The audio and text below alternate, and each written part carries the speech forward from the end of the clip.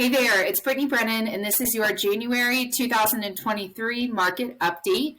We are going to talk about what happened in our market in the month of December, and then I want to go into a little bit of recent news and recent headlines that I've seen, and then talk about kind of what can we expect right now in January and then throughout the year in 2023.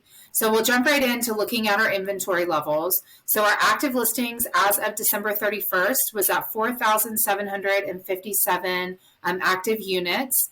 We see a huge purge in listings on December 31st and then also on January 1st.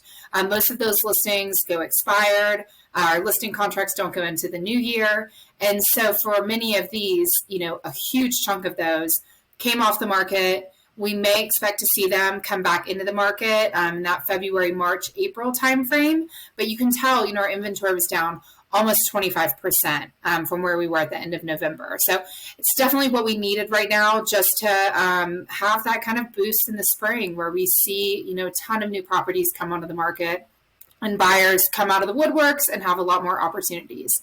So besides active listings, let's talk about what the New York Times said about the housing market. And it's funny to me, they called the time period right when April of last year, when interest rates took a really significant hike, affordability definitely was affected at that point. But so they're calling that time frame a housing market hangover. And, I think it's true. For the past, the last second half of the year, we saw things really slow down.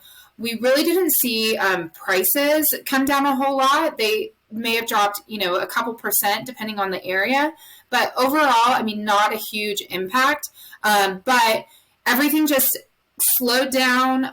Interest rates have, haven't really moved at all. We're sitting about a 6.1 to 6.3 right now, as of this week, January 10th. And so, things have they've slowed, which we needed 100%. So I thought I'm going to share this article with you, but I thought that it was very interesting.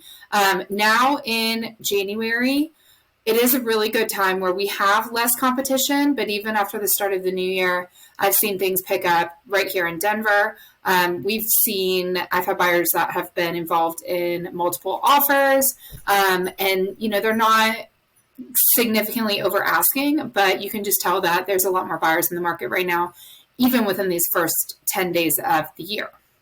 One thing I do want to share with you is we know that prices have remained relatively stable.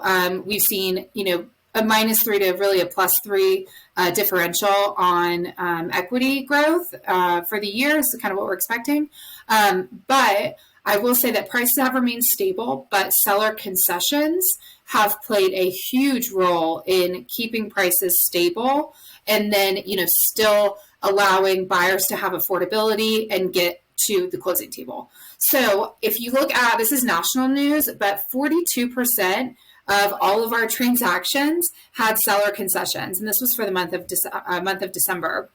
And so you look at, seller concessions could be the seller offering funds to buy down an interest rate or offering to fix inspection items. And so I've every transaction, honestly, within the past 3 or 4 months has had some sort of seller concession. And so I do think that this is really important to know what we're able to negotiate right now.